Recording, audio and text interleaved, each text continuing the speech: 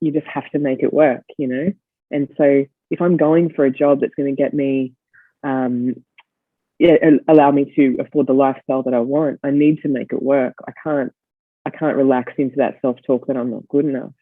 And now the stage that I'm at, you know, I was really, I worked really hard to be able to, you know, buy my apartment, you know, with Sam and Aureus's help, I was able to do that. I now have a child, you know, I've got to make it work. I can't just fall in a heap. Hello and welcome to Uncovered, the podcast with your host, Jason Irving. Join me in a journey to understand what's truly happening in your world and the world around you. This is not about how you're living life on the surface. It's about what's truly driving you from under the covers. I'm going to take you on a journey to deeply uncover the reason why you are here, the ultimate purpose in your problems and the way that they have shaped your life up until now. See, I believe you have a purpose and your problems are the highway towards ultimate realization of that journey towards freedom and the reconnection of your true self.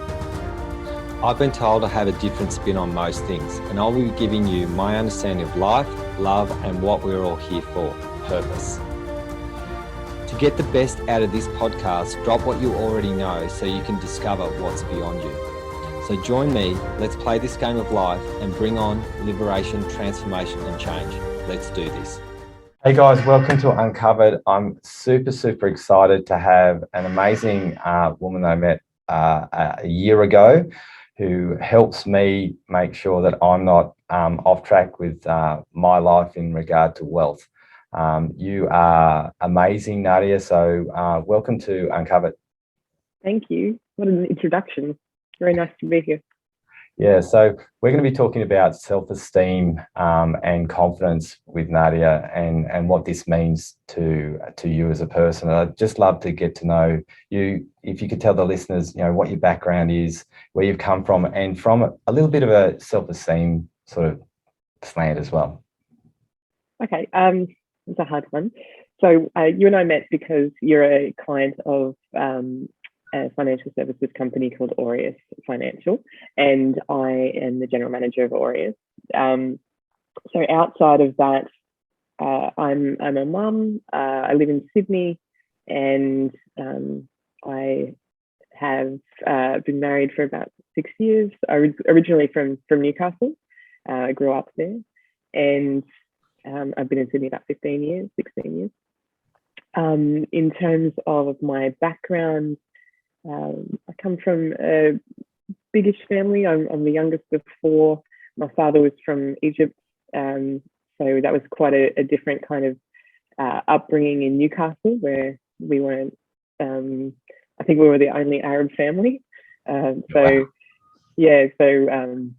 sure everyone just thought we were Italian or something like that. But yeah, so I grew up there with the difference in cultures between my mother and my father. My mother's Australian, and I was the youngest of four. So I've got three older brothers, and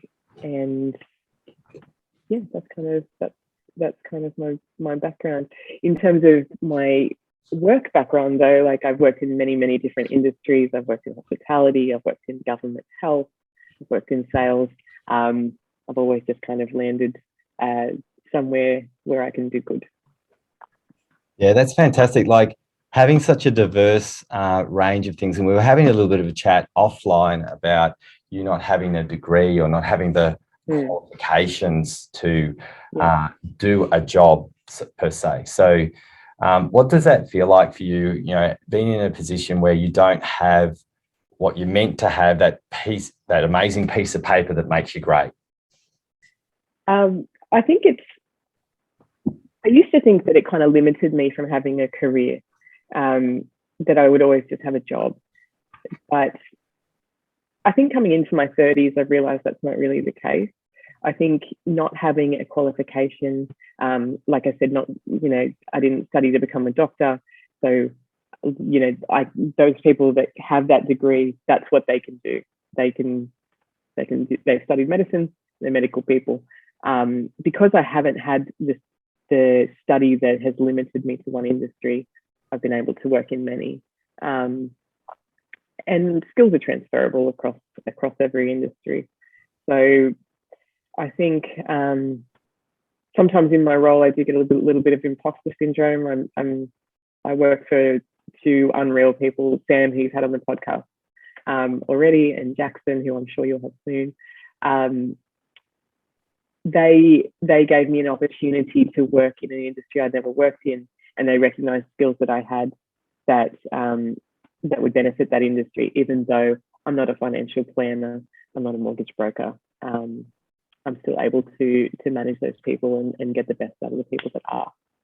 Yeah, and just from an aside perspective, experiencing Aureus is probably one of the best experiences that I've ever made as a business owner, listeners. So if you want to get help with your wealth and transfer your business into a really profitable machine, these guys are amazing. And the thing that I've really noticed, and I've posted this on your page, is, oh my God, so many times. I don't know whether you get sick of me or not.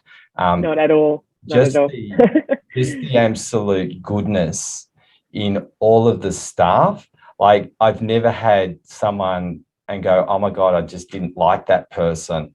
And when you think about what you do, and I said this to you when we first met, I did an astrology reading for you. Yeah. You are the reason, in my opinion, that Aureus is so great. And there's a reason for this, listeners. When you have someone like Nadia who knows how to manage people and knows how, as you said, to get the best out of humans is the most important part of any company. Because if you don't have a Nadia, your company is a mess. What do you think? I really hope my bosses are listening. That's fantastic. Yeah, hopefully they listen. Yeah, but Cool. what do you think of hearing this? Because I know you're one of those people. You're very similar to me. We have issues with actually hearing positive. So we think, oh, that's just nice. You fogged me off a few times in the past when I've been, oh, that's just nice to hear, Jason. So we're talking about something around, confidence, which you obviously have, because you've been able to transfer your abilities in many, many places. Then there's this thing called self-esteem that maybe we're lacking a little bit of. So when we can't hear something, and you said something about imposter syndrome, and Anya said this, we have a real different spin on this, and she taught me this, it's not mine. She said imposter syndrome is actually not connecting with your magic. Right? Actually not connecting with who you truly are, that you've got this amazing quality, because we think imposter syndrome is we have to fake it till we make it. Yeah. But the true imposter, in my opinion, is actually the lack of acceptance for how brilliant.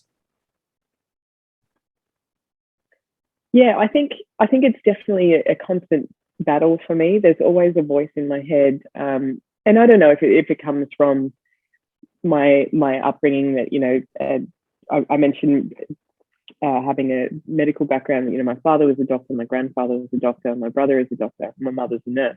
There was always a status attached to the job that you did, and because I felt through my 20s I kind of floated, I always felt that I lacked that, and it was always a value of mine from childhood. So I think that's where it comes from, and there is definitely a self-talk in there that I battle with every day. But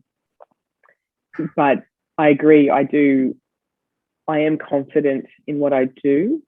But yes, sometimes the self-esteem there lacks, and I have to tell that voice to shut up. Yeah, and we do. Yeah. And we have a really different framework of working with those internal voices in our academy. A lot of the time, this is what we naturally do, which is, will you just shut the F up? I've had enough of you. Yeah. And this is what I love about you, Nadia. You have an amazing ability to push through your I'm not enough. And tell me what happens with you. You have your internal talk that you do every day, but I'd love the listeners to know, what do you do that actually makes you get up and do something else other than those voices. So what do you do differently? Because people do one of two things. When you're not enough, you become an expert, which I think you are, or you sit on the couch and eat popcorn and watch the TV. So what do you do? What makes you stand out and deliver and do something? I do love popcorn and TV, if I'm honest. But I think for me, the stakes are very high. When I was like this as a younger person, I left home at 17, right? I didn't have any money, didn't have anything. I'd barely finished school, and I had to survive. I didn't have a lot of family help me. I had to work it out. And so I had to go and, find a job full time just to be able to keep the lights on and stuff. I was alone a lot throughout my 20s. I always had to just rely on myself. And without help, you just have to make it work, And so if I'm going for a job that's going to get me, allow me to afford the lifestyle that I want, I need to make it work. I can't relax into that self-talk that I'm not good enough. And now the stage that I'm at, I was really, I worked really hard to be able to, buy my apartment, with Sam and Aureus's help, I was able to do that. I now have a child, I've got to make it work. I can't just fall in a heap because, my brain tells me that you didn't get that degree, you didn't go to university. So I guess that's where it comes from. I think the stakes are high, and I have to make it work. I have to get up in the morning and make it work, regardless of how I feel. I love that. Right. And this is you and I are so much the same. I didn't realize how you think. So I wake up in the morning and this is what goes on. You're not good enough, Jay. Nothing's going to work. Your business is going to fall apart. Jackson and Sam are going to realize at some point he's an idiot. Well, that's what I think every day. Jackson and Sam are going to work it out. We're good at it, aren't we? Nadia's going to think I'm a fool because I'm really bad at my spelling. She catches me out a few times on my Facebook posts, and I'm like, oh God. And I wake up with this every day. And there's a thing, and I think you might join in with me. When you had that little one, right? There's something that happens as a mother or a dad when you've already built a stakes are high attitude. Then you look at your little one and you go, I don't want to fail for that kid. Absolutely. And there is so much, I don't know if it happened to you as well, but a lot of my childhood stuff came up after I had her, and just wanting to make sure that I do better for her is the key. So obviously mum guilt is a thing that we all have, and I work full time, so my daughter's in daycare full time. I have a lot of guilt around that, but I think that I am giving her a really great example of working hard, of being independent, and being capable. I think I hope that I am raising a strong little girl that will be a strong woman as well. Yeah, and I think this is really important, listeners. I just want to take a little bit of what you just said there, which I think mums need to actually let go of. Mum guilt is awful because what it does is it puts women in a place where they don't chase their dreams. And I'm really lucky. My mum, started working in her own business when I was 18 months old. Yeah. And I have a really powerful mum. She's really strong. She's really capable. So she won that award 2 weeks ago. She won the award the same night. Oh, fantastic. And she's won it twice. Oh, what a legend. Has lots of awards. Yeah. But her biggest award, she's very similar to me, her biggest award is actually helping her staff grow. And she gets so rewarded every day by turning young girls into women. And that's her major purpose. And she loves being able to do it. She gets really disappointed when they don't want her help, right? Sometimes we get the entitled based lines. So I watched as my mum was going to work and she wasn't around for me as much. What it did is it gave me muscle, gave me a sense of, she gave me an attitude, which I think you got from your parents, regardless of whether it was good or bad. We get this attitude that says, work hard, show and do the right thing, no matter what. And then what that does is we have a duty of our choices. And that's our academy idea as well, Nadia, is try and be better every day. And it goes beyond you. And this is where sometimes, we think about ourselves too much. But if you're thinking about something beyond you, which is a little human, and you're trying to give them what you missed. Yeah. And I don't think your daughter, especially as a woman, is missing out, because we need leaders like you. We need people like you in management doing things, because women, I love how women lead. The reason why is because they're different. You're different to us. You lead firstly with your heart, then with your mind, naturally. So there's always, and you've created, this is what I see anyway, you tell me if I'm wrong, it feels like a family atmosphere in Aureus. Definitely, yeah. I mean, we work together for so many hours a week. Like, you've got to love the people that you're with. We're not just, and especially if you want people to share your vision and what you're trying to create in the business, you have to have that buy-in, and you have to make them feel like they're a big part of it, and they are. Like, we've got 24 people in the team now. We've doubled since I started, and I believe when I'm finding these people, they have that buy-in. They feel like they're part of the journey, and that's why they'll stay.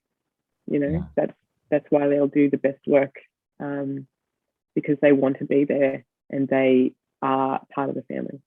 Yeah, and I think that's the leadership that you provide in Aureus, because as a woman, women actually do this really well. Men don't. We're logical thinkers. We're not heart-based thinkers. So you've created an environment which actually makes people want to stay. And as a man, I've watched how you guys do what you do, and our academy doesn't have the numbers as far as staff is concerned. And I look and I say, okay, what are they doing that's working? And I look at you all the time. I look at you and the way that you approach, because I see the ripple effect. I don't know how you approach on the back end. I just know what's happening on the front end when I'm getting looked after by various people here with you. And that comes down to a person who thinks beyond themselves. And I think what you do, from what I see, Nadia, is I think sometimes you just, when you go through your head loops, but then you forget, I've got a job to do. Yeah. Right. And then you just go into the zone and you do your job, and then all of a sudden the day becomes great, and then you start again. Right? Yeah. Oh shit, I'm not smart enough. I'm not good enough. And we battle these things quite often every day. And people who don't tell you they're not battling something are lying. Oh, 100%. And I think one of the great things that we do at Aureus is we ask for a lot of feedback. We ask people how they're feeling about their roles, and we ask them how they, to reflect on their week or what they've been going through. And people, it takes a little bit of practice, but people do start becoming quite candid in what they'll share. And so as you get to know these people, and it can be difficult. Like, there's so many of these people, and I don't work very closely with them in terms of day to day, and definitely not geographically. Like, I'm not close to any of them, So you have to give them these opportunities to open up to you, and then you get to know how they tick and what motivates them and what makes them feel good. So even though I'm not doing this role that is, say, like, your financial advisor, Sal, right? He's actually my financial advisor as well, but I don't do his role and get the satisfaction that he does when he sees his clients achieve their dreams. But when I see him achieve, it's just as good for me. So I think if you work through your team, their success is your success as well. these are the things that make me feel good at the end of the day.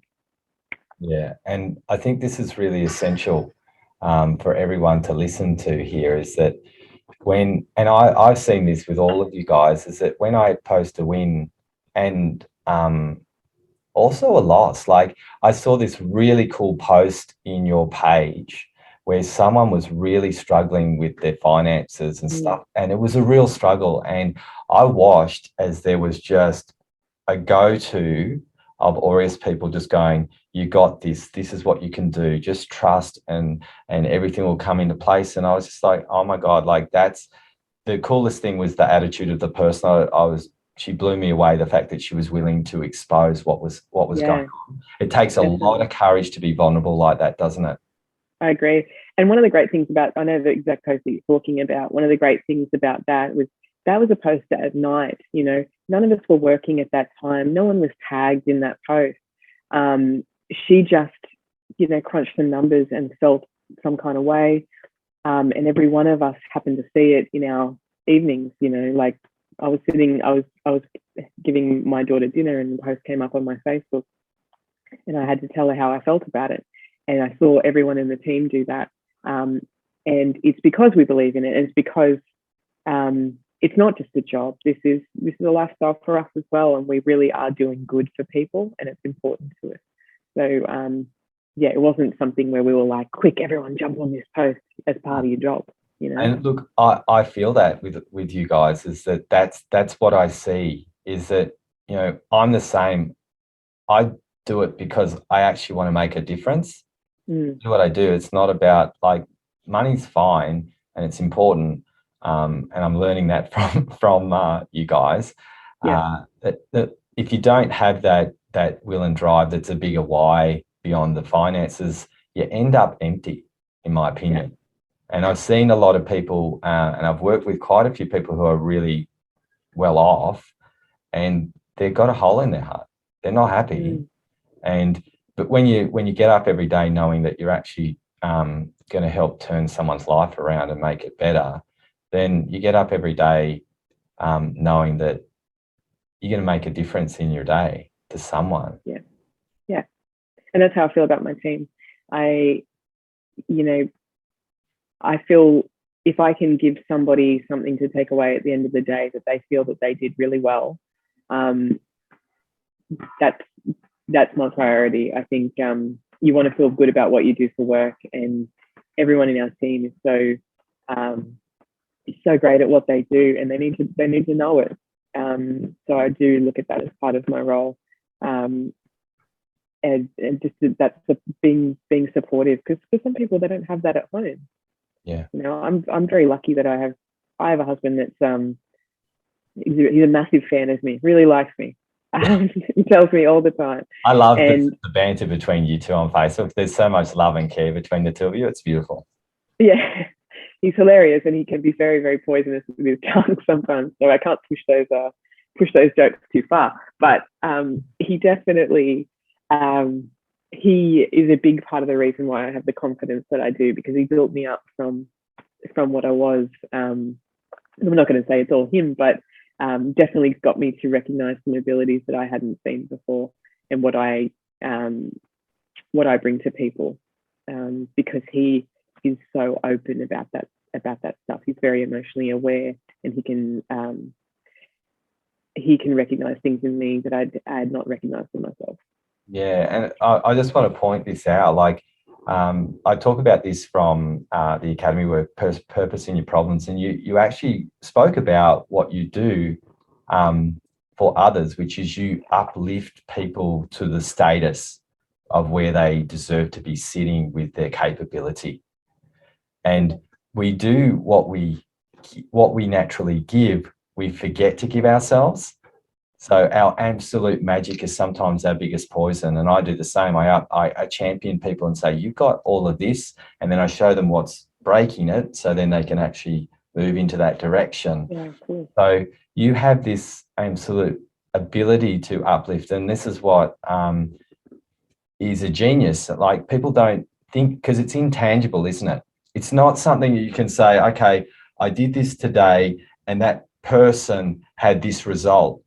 because the results come after the this intangible uplifting, and this is where we don't look at it as a KPI or a marker, do we? No. It is very difficult to measure. Like you said, the results will come way later, but it's definitely an important one for productivity, for people's general well-being. I think what I do is very important. Well, it is. I mean, they've done studies on people like you.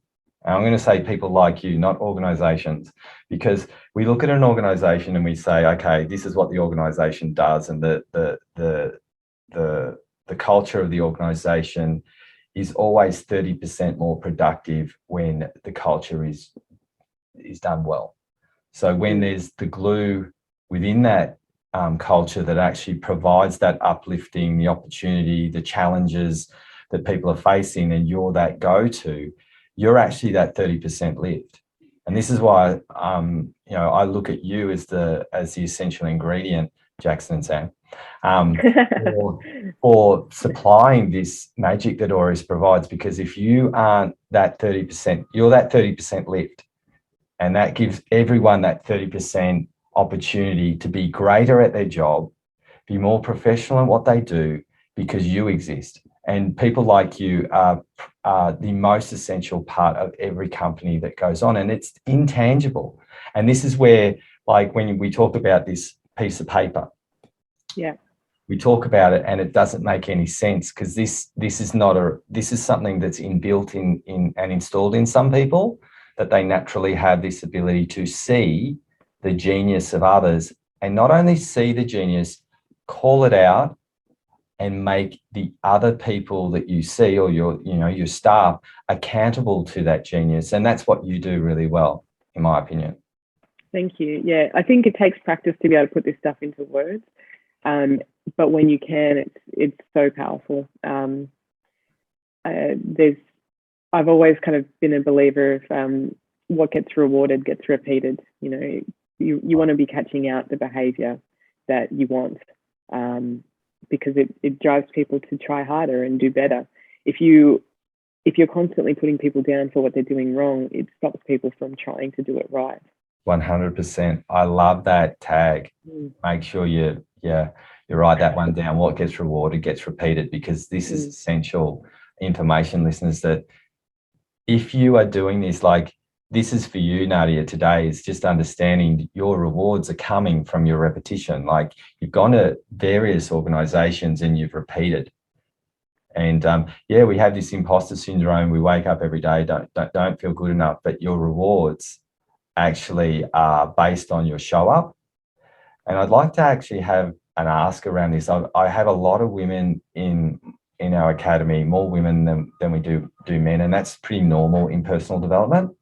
When you're helping people, more women want to put their hand up than men do, because men think they've got it all covered, and women are willing to actually open up a little bit more and want some more help. The challenge that I see people face is that, let's say someone's going for an interview and it's a man and a woman applying for the job. They look at the selection criteria and there's 10 things. Now, quite often what happens with women who don't press the button, the go-to button, and say, I'm going to apply, they've got 7 things that they can do, and they see 3 things that they can't, and they go, I don't think I should apply because there's 3 things I can't do in this. And then you get a man going, I can do 3 things, I'll figure out the rest along the way. Right? So what's different about you as a female that just goes in and says, well, I may not have what I'm meant to have, but I'm willing to actually say yes instead of no? What is it about you that says that? Because what I see a powerful woman, I see a confident woman, and you've told us what you struggle with, but what makes that part of you go, okay, I'm going to give life a shot? I think the experiences that I've had where I've had to fall on my feet have shown me that I can do anything. I can do anything that doesn't require a degree. And I think I've got enough experience, like I'm, in my 30s, mid-30s now. I think I have enough experience in different industries to go, you know what, whatever it is, I'll work it out. And part of me says they'll be lucky to have you. I love it. And it's tough for me to say that out loud, but I literally, if we take this job at Aureus, right? So I was running a business with my brother, an events business that, we did events, we did creative spaces and co-working and things like that. We were doing so well, right? And when I was on maternity leave, COVID happened and closed us down. And we really tried to keep it going, that was my first job in hospitality. And we smashed it. We were doing an unreal job with what we were doing. And on maternity leave, like I said, suddenly I was unemployed and I had to make it work. I had to, I now had a child. I now had a mortgage. My husband's in the creative industry as well. We'd lost a lot. There was nothing I could do but make it work and show that I was going to be amazing at whatever opportunity I had. I think it's just a matter of, I have a track record of falling on my feet and I can rely on that if nothing else. So this is what you have this magic of falling on your feet. One thing I've noticed with a lot of people when, have you had experiences where you've tried something and you've fallen on your face? Oh, yeah. Yeah. So can we talk about that a little bit where, you've tried something, you've fallen on your face, but you've gone, I have to get up again because I have to, because look, what a lot of people do, and we don't hear the stories of the face fallers until afterwards quite a lot of the time. We fall on our face once and we give up, right? How many times do we fall on our face? We do it all the time, but it comes down to what you said, I have to get up. And I think this is so essential for listeners to hear, because this is, to me, this is inspirational, because you had no money, right? We need money, right? So you had to. And so I think sometimes we have this thing around money. You said to me offline, I'm not real good with money. I don't believe that. I don't believe that, because if you're a person who had no money, but you've created money, then you obviously have an association to it, because you actually can create money.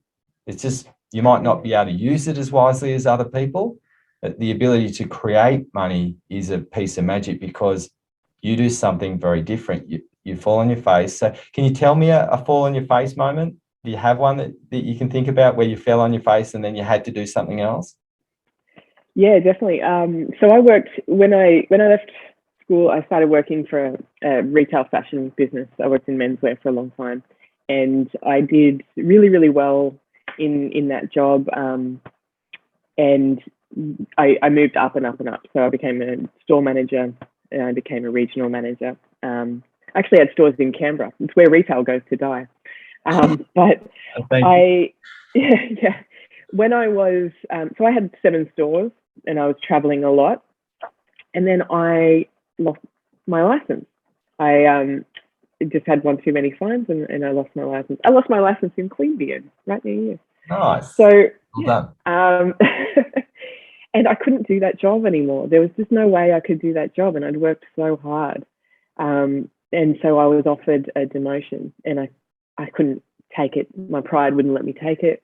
I couldn't go back to just managing one store after 7 stores. Yeah. And I reacted really emotionally, and I got in a conversation with my boss that it ended up with me resigning. So I resigned that day. I went home and I cried, and I had no idea what I was going to do, because that was my job. That was everything. I'd worked there 7 years and I had built myself up, and my pride couldn't let me take that step down. When in hindsight, it would have been 6 months, maybe 6 months. That's all. And I went home and I applied for every job I found on Seek. And I was, crying. I was through tears, just sobbing, just applying for all these jobs. and I got an interview. Someone rang me that afternoon and asked me to come in immediately for an interview. And so I fixed my makeup and I got another job that day. That was basically the same job that I had before, but in a different business, and started work again the next day.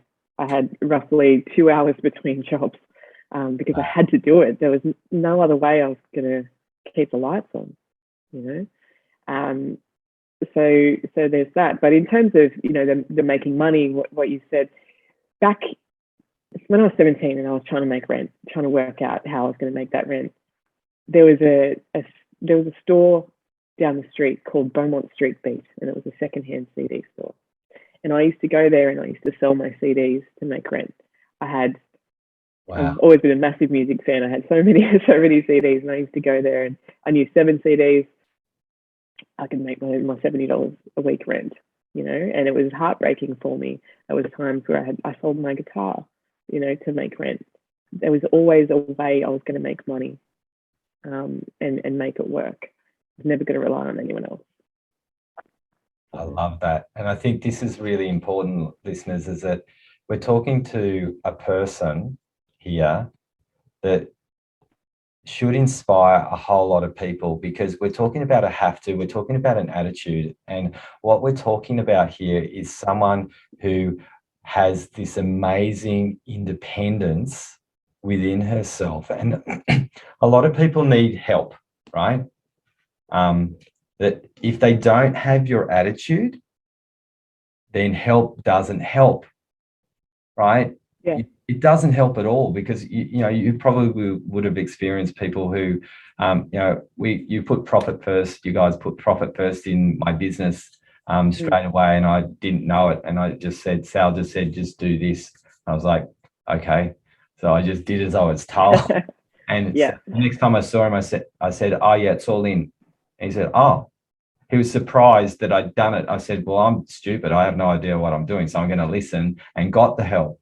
There's another part that I have, which is an independence that's always made me really successful, that comes down to knowing that you do have to rely on yourself to get things done.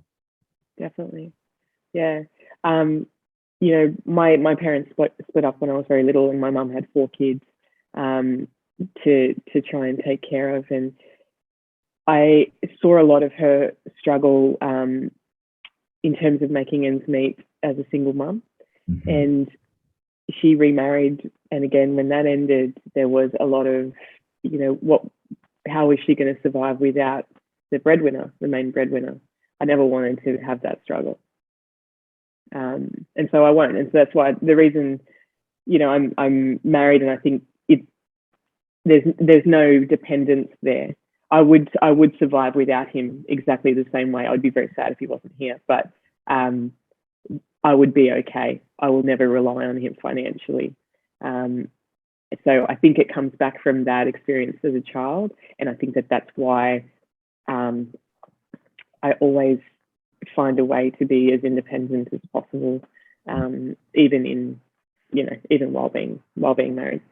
Yeah, I think this is awesome to hear, because look, you could have done the opposite, Nadia, right? You have an experience, you see the experience, and you become the same experience. And a lot of people do this, right? They see the experience from their childhood and they go, righto, I'll become that. And they actually create the same problems in childhood that they've seen in adult life, and they don't know how to do anything different. So when you look and you say, okay, I want something different, and you use the model as I don't want that. I think what I'm hearing that's caught up in your childhood is this idea, and this is the thinking that comes in when we wake up every day. It's the survivor thinking. Yeah. Right? Yeah.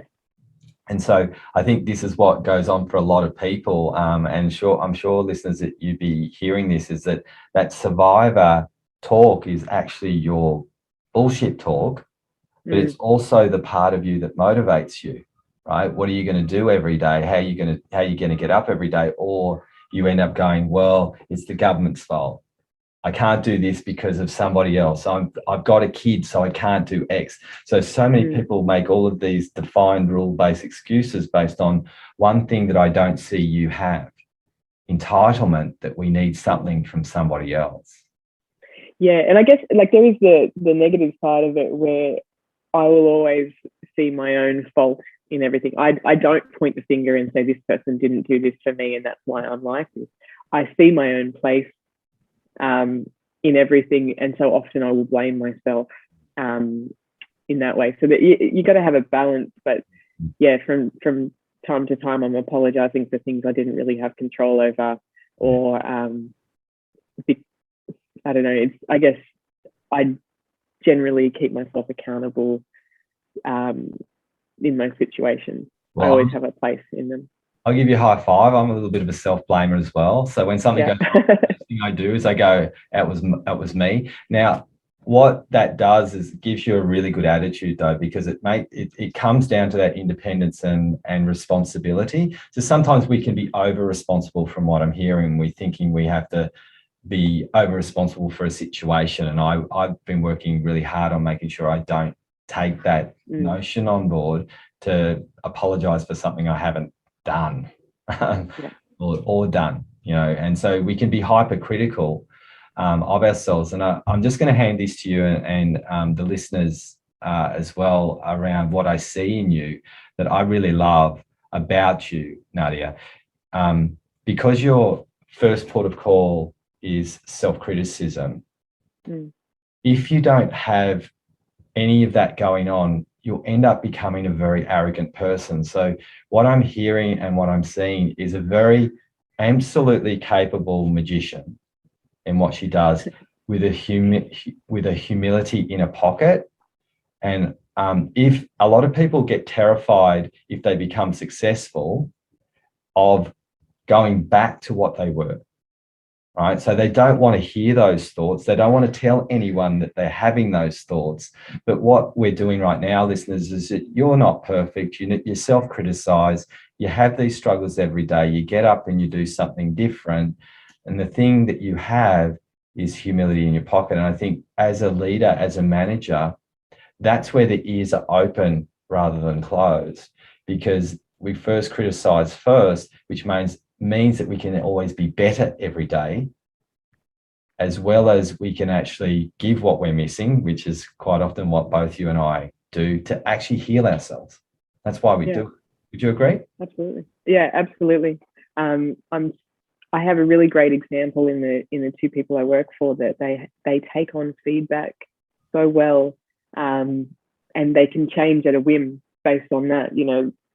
It's something that I've adopted from Jackson and Sam as well, that when given feedback, I can just go, okay, let me sit on that for a minute and come back to you with what I'm going to do differently, or how I'm going to improve that about myself. I think all kinds of feedback are constructive in that way, and I'm always trying to be better. Yeah. That's all you can do.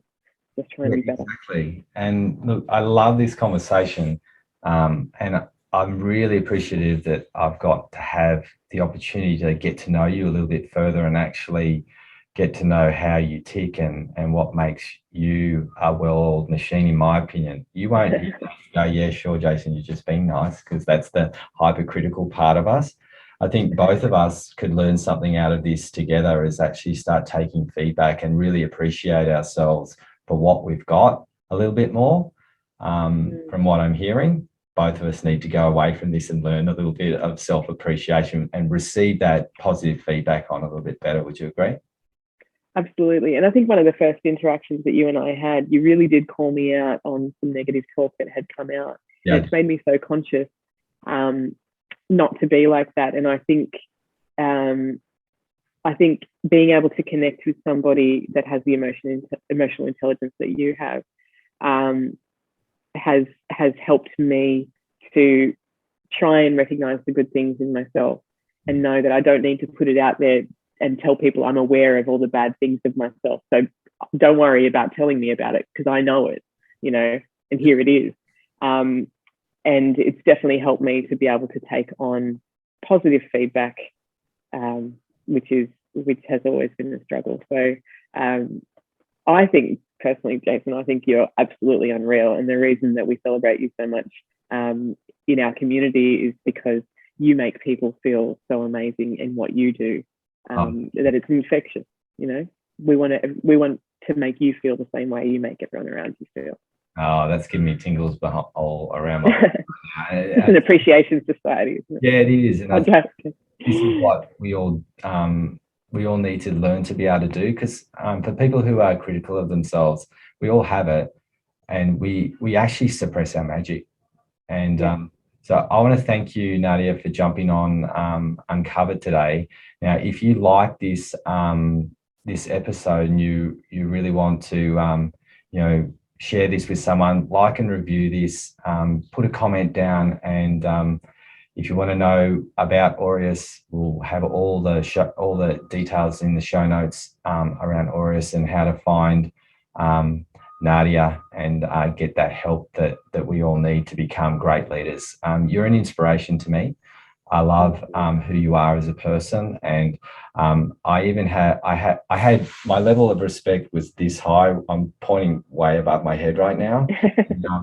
I'm just up here. Just getting to know the type of person and just having a really beautiful, open conversation. So thank you so much for jumping on with me today. Thank you. Thanks for having me. Thanks so much for listening to our podcast. We really appreciate you, and we really appreciate your time, because time is so valuable. What we'd love you guys to do, if you like this podcast, if you could share it with your friends, and also our website address for the podcast is www.wellnessbreakthroughacademypodcast.com. Our website is www.wellnessbreakthroughacademy.com. We have a free Facebook group called Wellness Leadership Evolution, so search for that. I'd love it if you could add me as a friend on Facebook. I don't buy it, so add me as a friend. And if you want some help and you would really like some support from us in the Academy, jump in. We have a process. You can do a break-in call to connect in with us. We do small courses. We have lots of things that we share. So we'd love the opportunity to give you a chance to change your life and turn it into a free one. You are one transformation away from change. Come and catch up.